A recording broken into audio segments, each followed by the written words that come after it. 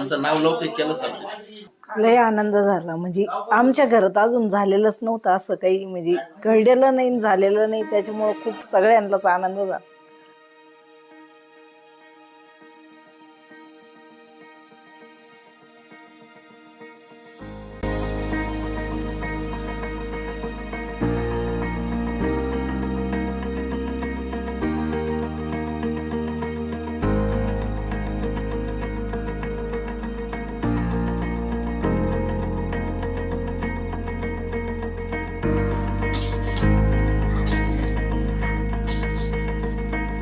आमचं नाव लौकिक केलं सर.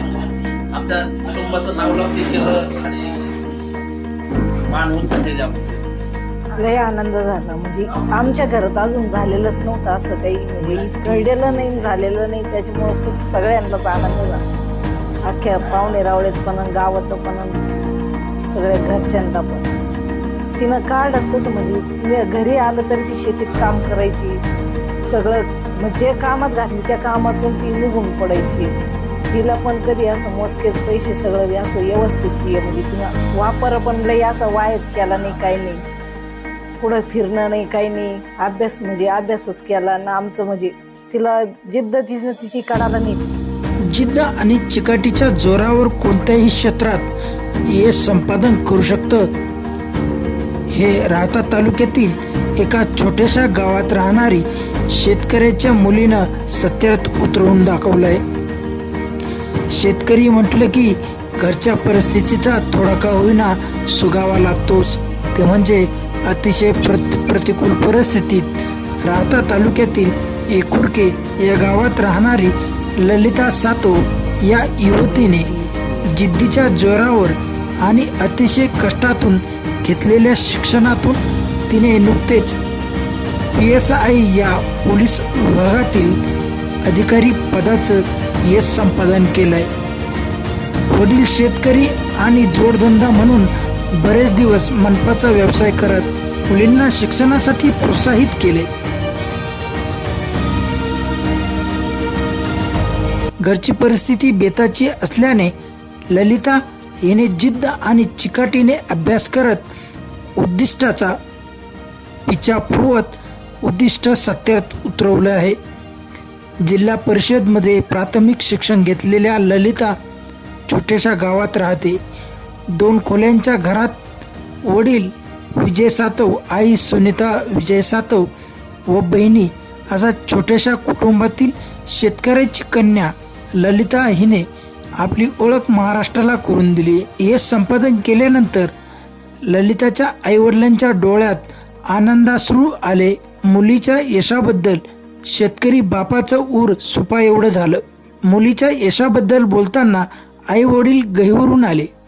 ललिता सातव हिने कोणत्या परिस्थितीत शिक्षण घेतले, कोणत्या अडचणीवर मात केली आणि विद्यार्थ्यांना कोणती प्रेरणा दिली हे तिने RK न्यूज मराठीशी बोलताना व्यक्त केले.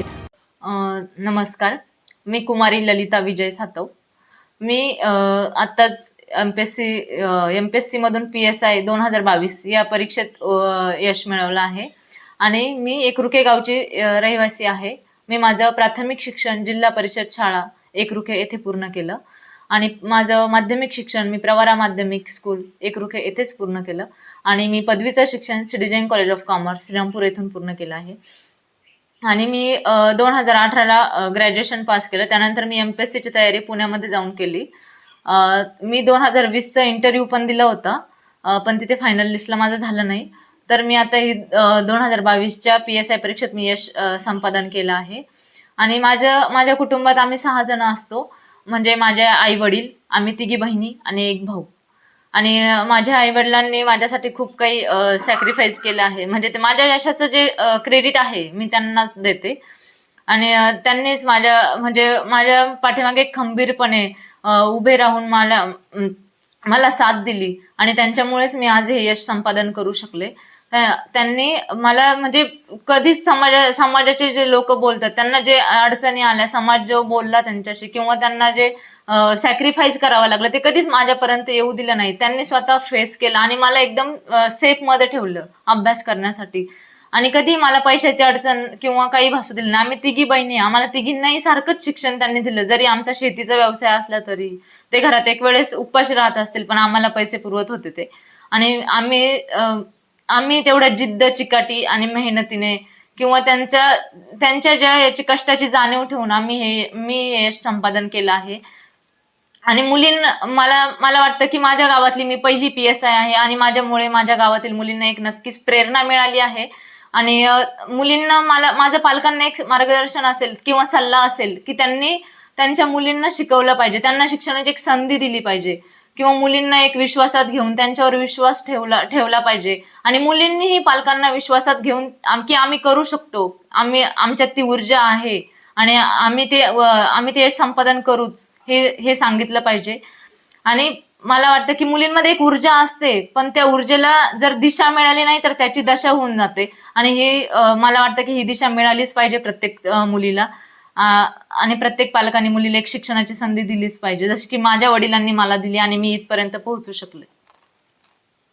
हा सर, म्हणजे ज्यावेळेस मी 2020ला परीक्षा दिली सर, त्यावेळेस मी PSIच नाही सर, आणखी 6 मेन्स दिलेल्या होत्या. Excise PSI, tax assistant, clerical वगैरे खूप दिल्या होत्या सर MPSC मध्ये. आणि त्यामध्ये मी 4 महिन्यात माझे 6 रिझल्ट घालवले सर. मी खूप डिप्रेशन मध्ये गेले होते त्यावेळेस माझ्या आई वडिलांनी मला खूप साथ दिली सर. म्हणजे ते मला सांगायचे की तू कर, तू होशील आणि तू मागे हटू नको. आणि त्यांच्या या विश्वासावरच मी आज 2022 PSI उत्तीर्ण करू शकले सर. सर, मुलींना त्यांना एक शिक्षण दिलंच पाहिजे सर, कारण 18 वर्षाचं झालं म्हणजे लग्न केलं पाहिजे ही आपल्या गावाकडचं म्हणजे समाजाचं एक मानसिकता आहे सर. आणि ती मानसिकता कुठेतरी बदलली पाहिजे. आणि ते मानसिकतेला म्हणजे आपल्या आसपासचं वातावरण त्या मानसिकतेला एक आणखीन पोषक वातावरण देतं सर. आणि त्यातूनच आपल्या गावातील लोक मुलींना बाहेर पाठवत नाही शिकवायला किंवा त्यांना तेवढंच शिक्षण देत नाही सर. आणि त्यामुळे आपल्या मुलींमध्ये जेवढे खूप मोठे गट्स असतात, करण्याची ताकद असते, पण सर त्यांना ते मार्गदर्शन मिळत नाही किंवा तो ट्रॅक मिळत नाही, त्यांना ती दिशा मिळत नाही सर. त्यामुळे ते मागे राहून जातात सर. नाहीतर आपल्या मुलींमध्ये खूप काही करण्याची ताकद असते सर. सर, मला वाटतं की त्यांनी खचून न जाता त्यांनी प्रयत्न करायला पाहिजे आणि त्यांना व्यवस्थित त्यांनी मार्गदर्शन घेतलं पाहिजे. एकच व्यक्तीला गुरु मानलं पाहिजे. आणि सर त्यांनी जास्त क्लासेसच्या भपकेबाजीमध्ये न पडता सर स्वतःचा सेल्फ स्टडी केला तर खूप चांगला असेल. आणि सेल्फ स्टडी केल्यानंतर स्वतःच्या सेल्फ नोट्स पण खूप गरजेच्या आहे सर. आणि एक अटेम्प्ट मध्ये काही होत नाही सर. तुम्ही एक अटेम्प्ट दिला म्हणजे खचून जाता, मग म्हणजे MPSCतला हे तर नाहीच आहे सर. पेशन्स खूप पाहिजे. तुम्हाला माहिती तुम्ही करू शकता तर तुम्ही त्या जिद्दीने 2-3 अटेम्प्ट देऊन पण तुम्ही होऊ शकता सर. म्हणजे एक अटेम्प्ट मध्ये नाही झाले आणि सेकंड अटेम्प्टला तुम्ही गिव्ह अप करताय तर नेव्हर गिव्ह अप सर. तुम्ही करू शकता. हीच मनात जिद्द ठेवून पुढे तुम्ही जायला पाहिजे. सर, माझे वडील एक शेतकरी आहेत आणि ते स्वतः शेतीत कष्ट करून पण म्हणजे त्यांनी एक साईड बिझनेस म्हणजे साईड व्यवसाय चालू केला होता सर, एका मंडप बांधण्याचा. ते स्वतः करायचे सर. आणि त्यांनी त्याच्यातून म्हणजे एवढं रात्रंदिवस जागून किंवा दिवसा शेतीत कष्ट करून रात्री मंडप बांधायला जाऊन सर त्यांनी स्वतः आम्हाला शिकवलं सर. आणि आम्हाला खूप चांगलं म्हणजे चांगल्या पद्धतीचं शिक्षण दिलं सर आम्हाला त्यांनी. याच्याबद्दल मी म्हणजे खूपच त्यांची ऋणी आहे सर. सर, म्हणजे ज्यावेळेस आता मी गेले होते सर पुण्यात, ज्यावेळेस माझ्याकडे म्हणजे जेव्हा कोरोना नंतर पुण्यात जो आहे तो खर्च खूप वाढलेला होता, त्यावेळेस मी सर लायब्ररी न लावता मी हॉस्टेलला अभ्यास केला सर. म्हणजे 1-2 महिने. आणि मी घरून फक्त खूप कमी पैशात ऍडजस्टमेंट करायचे सर. ज्यावेळेस मेसला पण खूप कमी पैसे यूज करायचे सर. म्हणजे पण माझ्या वडिलांनी कधीच मला म्हणजे अशी चणचण भासू दिली नाही सर पैशांची. मी ज्यावेळेस मागेल त्यावेळेस त्यांनी मला पैशाचा पुरवठा केलाच. सर, मला खूपच आनंद झाला कारण ज्यावेळेस मी ज्यावेळेस त्यांना पहिल्यांदा सांगितलं की माझं सिलेक्शन झालंय आणि मी PSI झाले तर ते खूप आनंदित होते. आणि सर त्यांना असं वाटलं की म्हणजे माझ्या कष्टाचं खरंच मी इतक्या दिवस वाट बघितली, मी लोकांना फेस केलं, त्याचं माझ्या कष्टाचं चीज झालं सर. आणि खरंच त्यांनी खूप माझ्यासाठी म्हणजे सॅक्रिफाईस पण केले सर. आम्ही तिघी बहिणी आहे, लोकांचं खूप प्रेशर होतं आमच्यावर की लग्न करायला पाहिजे आणि घरातली मीच मोठी आहे सर. तर त्यांनी या गोष्टीला म्हणजे न डगमगता, लोकांना न जुमानता सर त्यांनी मला पुढे शिकवलं आणि मी ह्या पदापर्यंत पोहोचू शकले सर. सर मला याचा खूप अभिमान आहे की मी त्यांच्यासाठी काहीतरी करू शकले, त्यांचं नाव उंचावू शकले. आणि माझ्या यशाचं तर क्रेडिट मी पुन्हा त्यांनाच देते सर. पूर्ण क्रेडिट मी माझ्या आई वडिलांना देते.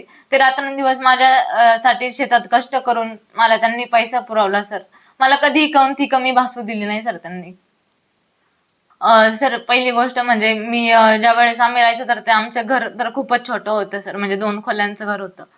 आणि आम्हाला म्हणजे लाईट पण नसायची सर. मी चिमणीच्या याच्यावर अभ्यास केलेला आहे. ज्यावेळेस पहिली चिमणी, रॉकेलची चिमणी, कंदील असायचा त्यावेळेस 10वी आणि 12वीचं शिक्षण मी तसं घेतलं. आणि सर आमच्याकडे रस्ता पण नसायचा. मी सायकल डोक्यावर उचलून, अक्षरशः डोक्यावर उचलून नेऊन मी शिक्षण घेतलेलं आहे सर. आणि म्हणजे गुडघ्यापर्यंत चिखल असायचं सर. आम्ही 2 ड्रेस न्यायचो सोबत. एक ड्रेस पूर्ण चारी ओलांडल्यानंतर, चारीच्या पाण्यातून बाहेर पडल्यानंतर चेंज करायचो सर तिथे.